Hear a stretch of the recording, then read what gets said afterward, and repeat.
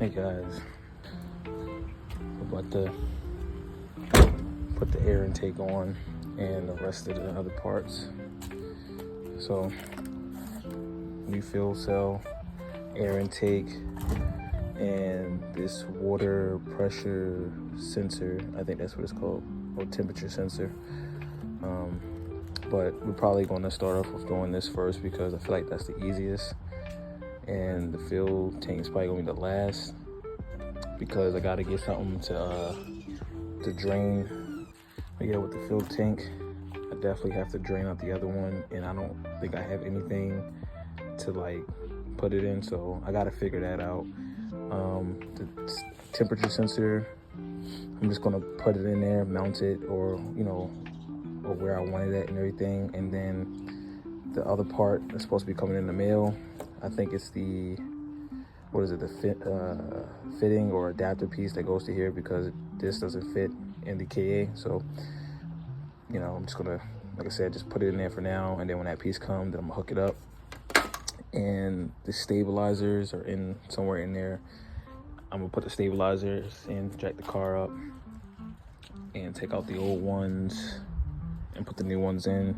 So it's gonna be a little fun video today. The weather's not too great. It's raining out here and it's cold. So yeah, let's get to it.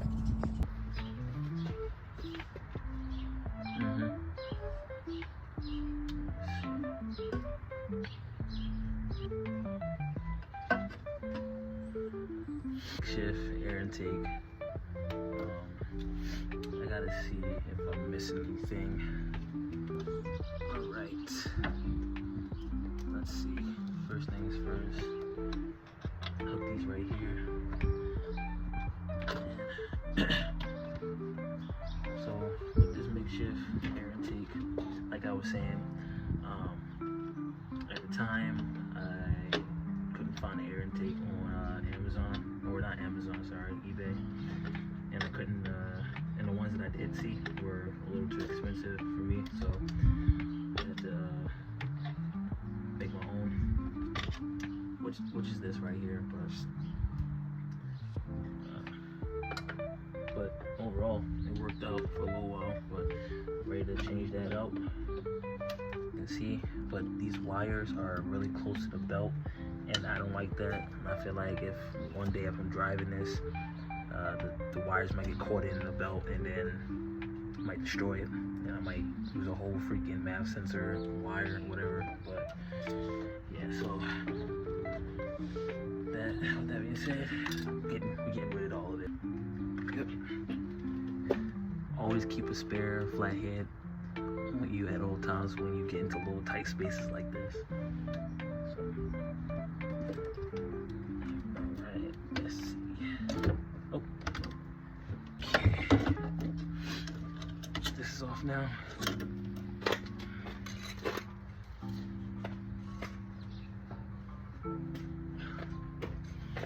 Alright, maybe I could probably still use this this pink coupler. Maybe I don't have to change that out. I'm not too sure.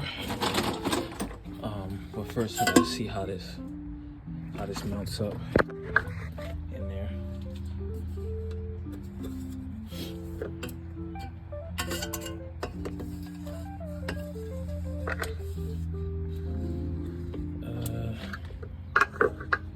Wow. See, I think I gotta move this a little. All right, guys, this is not a clean 240. It's a clapped out 240, guys. Clapped out, but it's my clapped out 240. So I'm trying to unclap it. I definitely got to remove this coupler because it's literally too big. Pause, guys. Because I know how some of you guys are out there, or people that's watching. Right, let's take this back out. Put this over here for a second. We gotta remove this coupler. Okay. I don't know if you guys can see that. This is like 2020. Is it 2023 or 2024? No, sorry, 2023 or 2022 or something like that. I think it was like during the I think the end of the pandemic, and you know, at the time I was looking in trying to, you know, to get another car or a project car to build on, and I just didn't know which car to really, you know, get. Well, actually, I wanted to get the Prelude with the pop-up headlights, but during that time, the Preludes were like almost $9K for a Prelude, and I was like, bro, I don't got that kind of money, and yeah, I just don't got that kind of money. I'm not doing that. So what I did was I was like, you know what, forget it. I'll just wait until the pandemic dies down. Once it died down and everything, prices started like going back to regular. You know, prices changed and everything. Did see a few Preludes for the low that were running, but I just kind of like lost interest in getting the Prelude. Then that's when I started looking into like other cars. Well, I think I seen a video of someone drifting. I don't think it was a car I got now. I think it was like a BMW or something. And then once that, I was like, oh shoot, I wanna start drifting. You know what I'm saying? I want to get in there and start drifting, learn how to like slide the cars and everything. So I started looking into like drift cars and seen a whole bunch of them.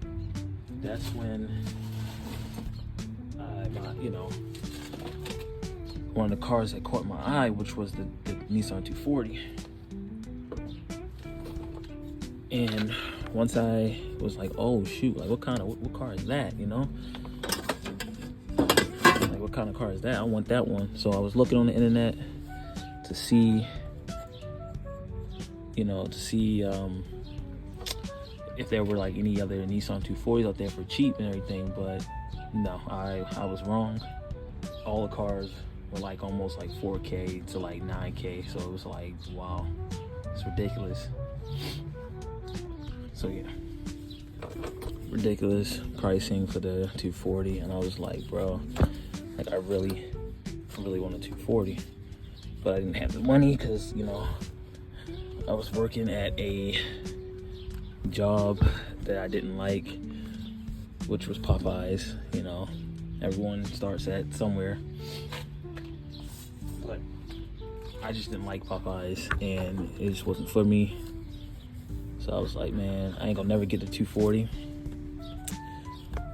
And then one day, some guy posted this Nissan 240 shell, and I was like, oh shoot, maybe I can, you know, build a 240 from the ground up. I've never done it before, you know. It's crazy. It's a different type of, you know, I was like, it's a project car, you know what I'm saying? I'm gonna build it, try to get it to run, find an engine for it. And I happened to find the shell, found the engine, and then boom, there we go.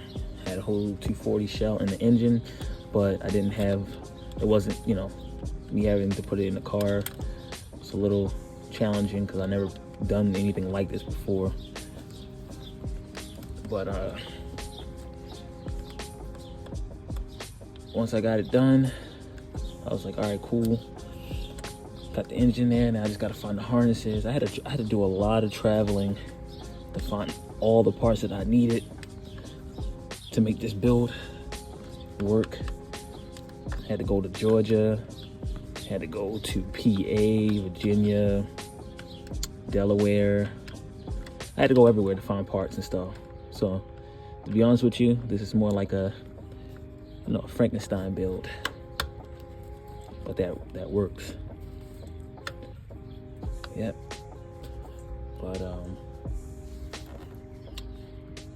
But yeah.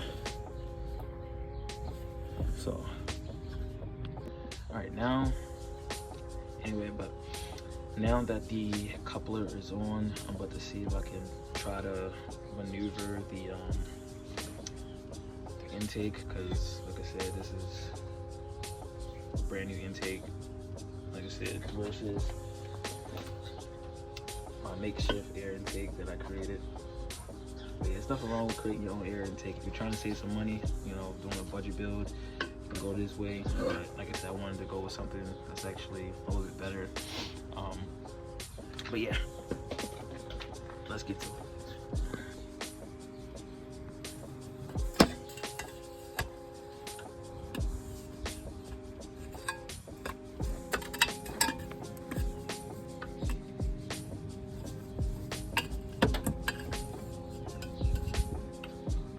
So just had to remove that bypass hose to get the air intake because it was kind of in the way. But now since it's out, we can try to fit this in here.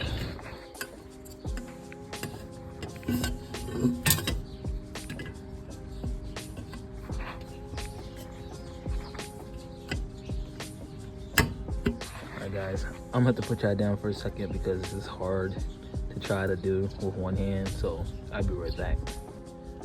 Yeah, just got done putting this in. I'm not gonna lie, trying to put this on by yourself and recording is insane. So now that it is on, I gotta figure out how to, you know, see which hose goes where or whatever, but I'm gonna figure that out. And then I gotta put the math sensor back on, hook everything back up, and then we can move on to either the fuel cell or the bolt stabilizer, or the stabilizers, front or back, whatever. But yeah, let me go ahead and tidy this all up and I'll be back.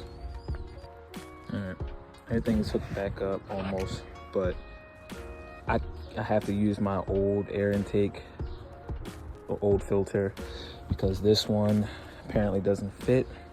I have to get an adapter piece for this, but I don't feel like going to the AutoZone right now, so I'm just gonna hold off on this, put this back in the box. Yeah, we're just gonna use that for now. So this is where I got the temperature sensor mounted, or not mounted, but like where it's gonna be at. And once I get the, the mounting piece for the air vents, I'm gonna set it like right here. And then, you know, that'll be good. See how the engine is running and everything, because I don't want to be driving this car and, you know, it blows up in front of me while I'm driving down the road and I'm gonna be looking stupid and goofy. So with that being said, we're gonna get that piece and we're gonna be done with this whole, you know, configuration and all that stuff. But yeah, as with the fuel cell, got the 2.5 gallon. This might be a 5 gallon, but I don't like this plastic look, and the rubber grommet and all that stuff is gone, so, and faded. All this is faded, so I want to change this out for this one. I know I'm like downsizing, and I need to get some new fittings because these fittings right here are definitely not going to fit on here, so we definitely got to get that fixed. So yeah, we got to get new fittings. We got to get some bolts to mount this down, and everything should be good from there. Transfer the gas over to the smaller fuel cell. All right, so this is the old stabilizer. Ready to throw this one in. Shouldn't take too long. Should be real easy to get off. But let's get to it.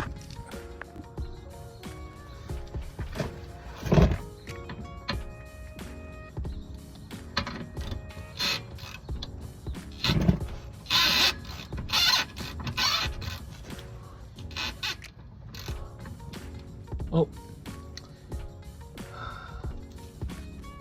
man, we might have to take the tire off. Almost there. This bolt, I feel like this bolt is like stripped maybe, but we're gonna keep going at it, try to get it off, but this is stressful, not gonna lie. All right guys, I got the stabilizer in on this side and that side over there. Man, I ain't gonna hold you. 30-year-old bushings and bolts that haven't been touched. It's crazy, mad crazy. Got the front stabilizers on. Took me a minute to get them on, but they're on now. And for the other side too. So we're done with that. Now we just gotta get the fittings for the fill tank in the back once that's done, we'll be done. We can actually drive the car.